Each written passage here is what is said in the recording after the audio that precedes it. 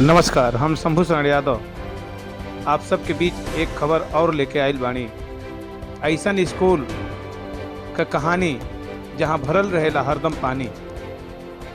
तो हम बात करतानी गोरखपुर जनपद की मलौनी बांध स्थित एक स्थान जहां झड़वा जौने के कहल जाला, वहां पे बनल बाटे पूर्व माध्यमिक विद्यालय खोराबार ब्लॉक के अंतर्गत। हम बतावत चली कि वहाँ पे बरसात के सीजन में, बाढ़ के सीजन में करीब 6 से 5 महीना पानी हमेशा भरल रहेगा। लइकन के पढ़ाई हमेशा बाधित होत रहेगा। ऐसे में वहाँ पे कैसे शिक्षा दीक्षा होई, इस समस्या और संकट के बात बाटे। हम बताएं, झड़वा में मलौनी बांध स्थित जहाँ पे वो विद्यालय बाटे, सड़क के किनारे, मलौनी बांध के किनारे, वहाँ स्कूल के साइड में कचरा के भी ढेर लगल बा, जो शहर के गंदगी कचरा ले जाके वहाँ कूड़ा करकट गिरावल जाला।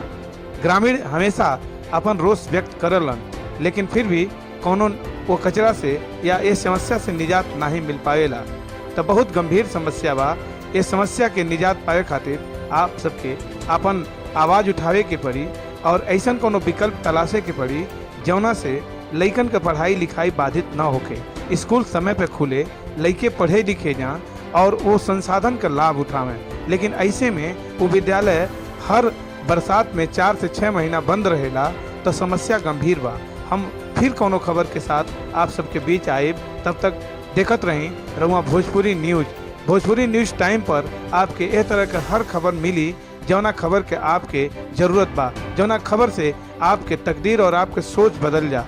तो आप सब फटाफट भोजपुरी न्यूज़ टाइम के सब्सक्राइब करें और शेयर करें, कमेंट में बताएं कि